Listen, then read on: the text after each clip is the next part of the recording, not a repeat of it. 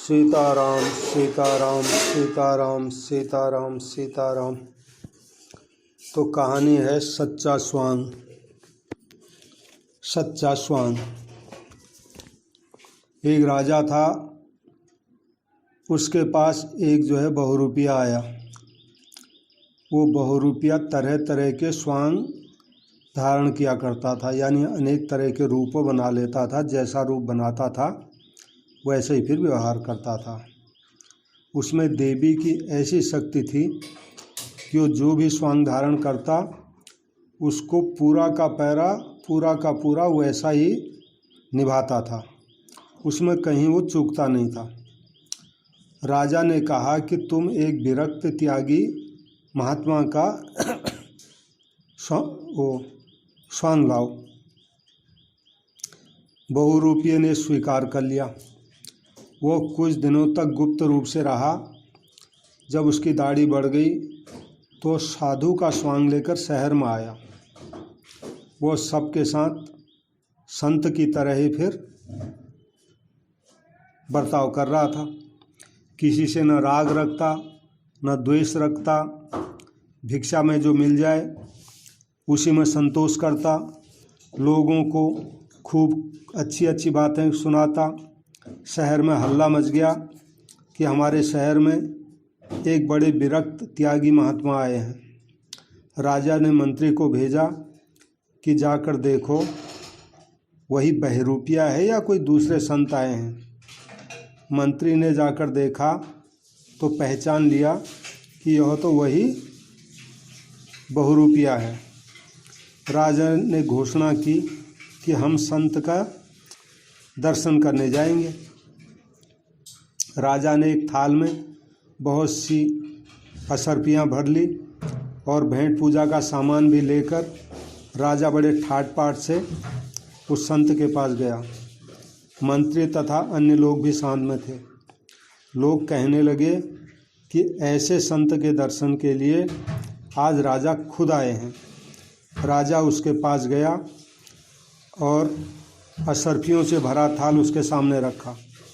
संत ने असरफी अथवा रुपया, कपड़ा आदि कुछ भी नहीं लिया और शिव शिव कहते हुए उठकर वहाँ से चल दिया। लोग कहने लगे कि अच्छा सत्संग होता था, पर राजा को पता नहीं क्या सूझी, हमारे सत्संग में बाधा लगा दी। राजा की भेंट भला क्या काम आई। संत यहाँ से चले गए। अब वह बहुरूपिया अपने असली रूप से राजा के सामने आया कि बोला, अन्नदाता अब इनाम मिल जाए। राजा ने पूछा, क्या तुम्हारे मन में है कि मैं तुम्हें इतने रुपए दूंगा? वो बोला कि आप अपनी मर्जी से दोगे, उसी में मैं राजी हो जाऊंगा। राजा बोला, तू मूर्ख है। मैंने इतनी असरफियाँ तुम्हारे सामने उस दिन रखी, लेकिन तुमने उनको छोड़ दिया। वो बोला, अन्नदाता मैंने उस समय साधु का स्वांग लिया था, फिर मैं भला कैसे उनको ले सकता था जिससे साधु के स्वांग को बट्टा लग जाए। अगर मैं रुपयों पर मोहित हो जाता तो मेरा साधु का स्वांग बिगड़ जाता और भगवती माता भी नाराज हो जाती। राजा बहुत प्रसन्न हुआ कि यह बात तो ठीक करता है। राजा ने उसको बहुत सारा इनाम दिया। अब एक दिन राजा ने बहुरूपिये से कहा कि तुम एक शेर का स्वांग लाओ। वो बोला, अन्नदाता मैं जो स्वांग करता हूँ उसको पूरा भी करता हूँ, उसमें चूकता नहीं हूँ। इसलिए आप मेरे से शेर के स्वांग के लिए मत कहो। ये स्वांग धारण करना बड़ा खतरनाक है। राजा ने कहा कि हम तो सिंह का ही स्वांग देखना चाहते हैं। बहुरूपिये ने कहा कि अगर कोई नुकसान हो जाए तो पहले ही मेरा गुनाह माफ़ कर दें, नहीं तो कोई दूसरा स्वांग लाने की मुझे आज्ञा दें। राजा ने कहा, हम पहले से ही तुम्हारा गुनाह माफ़ करते हैं, तुम शेर का स्वांग लाओ। अब बहुरूपिया शेर की खाल पहनकर सिंहावलोकन करता हुआ इधर उधर देखता हुआ आया। वह आकर सिंह की तरह बैठ गया। राजा का लड़का वहाँ खेल रहा था। वो खेलते खेलते वहाँ आया और सिंह बने हुए बहुरूपिये की पीठ से लकड़ी मार दी।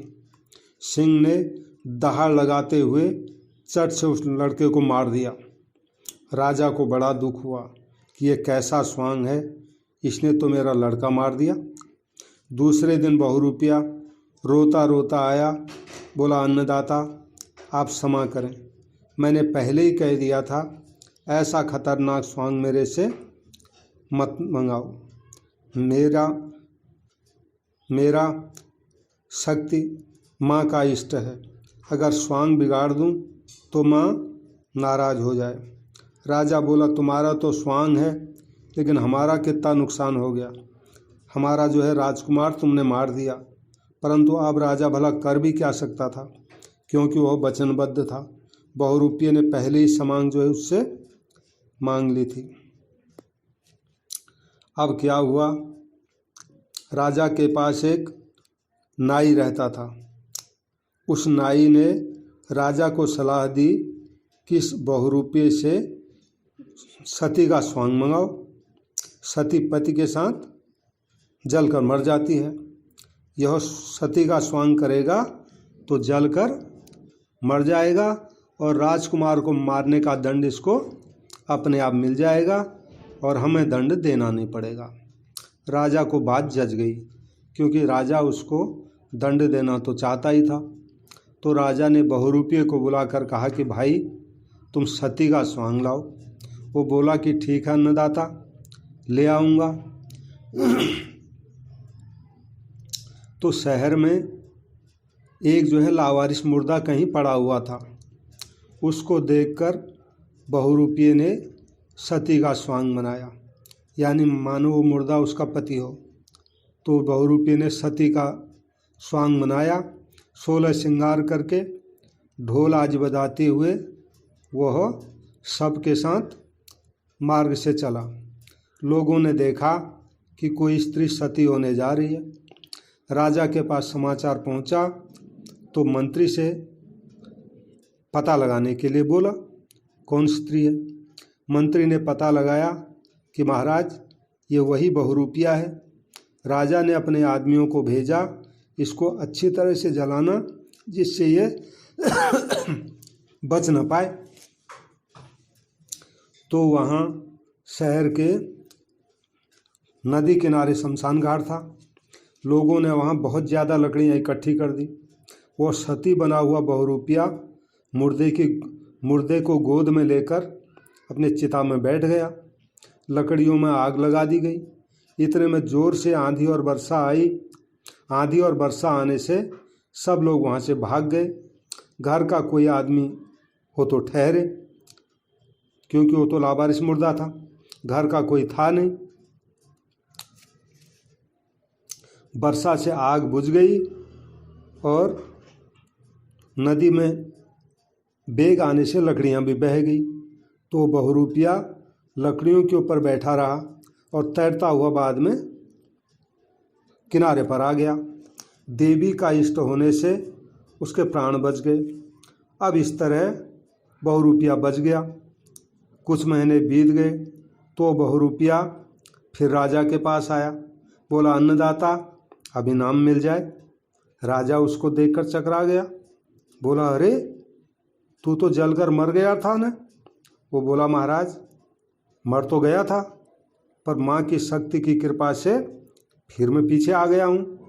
राजा बोला क्या तू हमारे बाप दादा, क्या मरने के बाद तू हमारे बाप दादा परदादा से मिला था। वो बोला हाँ अन्नदाता, मैं सबसे मिलकर आया हूँ। राजा बोला तो उनका समाचार लाया है क्या। बहुरूपिया बोला समाचार तो खुशी का है, पर उन सब की हजामत, नाखून ये सब बढ़ गए हैं, यानी सिर के बाल बढ़ गए, हाथ पैरों के नाखून बढ़े हुए हैं। उनको काटने की वहाँ कोई व्यवस्था नहीं है, इसलिए उन्होंने कहा है कि जाते ही नाई को भिजवा देना। राजा बोला नाई वहाँ कैसे जाएगा। बहुरूपिया बोला महाराज जैसे आपके बाप दादा गए, जैसे मैं गया, ऐसे नाई जाएगा, क्योंकि जाने का रास्ता तो एक ही है। नाई ने सुना तो सोचा कि अब तो मेरी मौत आई, राजा की आज्ञा हो जाए तो फिर भला रक्षा करने वाला कौन है। तो नाई ने जाकर बहरूपिये के पैर पकड़ लिए कि भैया किसी तरह तू मेरे को बचा ले, मेरा घर बर्बाद हो जाएगा, क्योंकि घर में कोई कमाने वाला नहीं है। बहरूपिया बोला कि सती का स्वांग लाने के लिए तूने ही तो राजा को सलाह दी थी, अब तू भी जा। नाई बहुत गिड़गिड़ाया तो बहरूपिये ने कहा कि अच्छी बात है, मेरा तुमसे कोई बैर तो है नहीं। उसने जाकर राजा से कहा, अन्नदाता वास्तव में मैं जो है मरा नहीं था, मेरे लिए लकड़ियाँ बहुत ज़्यादा इकट्ठी की गई थी, अतः लकड़ियाँ जलते जलते जैसे मेरी नज़दीक आई, इससे पहले आंधी और वर्षा आ गई, लोग भाग गए, माँ की कृपा से मैं बच गया और आग बुझ गई। मैंने सती का स्वांग तो किया जलने के लिए ही था, मैं डरता तो हूँ नहीं, पर मैं ऐसे बच गया। आप जो भी स्वांग कहेंगे मैं वैसा का वैसा ही स्वांग लाऊंगा, स्वांग अपना बिगाड़ूंगा नहीं। पीछे आप जो इनाम दें मैं प्रसन्नतापूर्वक ले लूँगा। राम। तात्पर्य ये है कि मनुष्य को अपना स्वांग बिगाड़ना नहीं चाहिए। पिता का, माँ का, पुत्र का, भाई का, बहन का, बेटी का, सास का, बहू का, जो भी स्वांग आपने धारण किया है उसको ठीक तरह से निभाना चाहिए। जो अपने कर्तव्य का ठीक पालन करता है उस पर भगवान कृपा करते हैं। जय श्री राम, जय श्री राम, जय।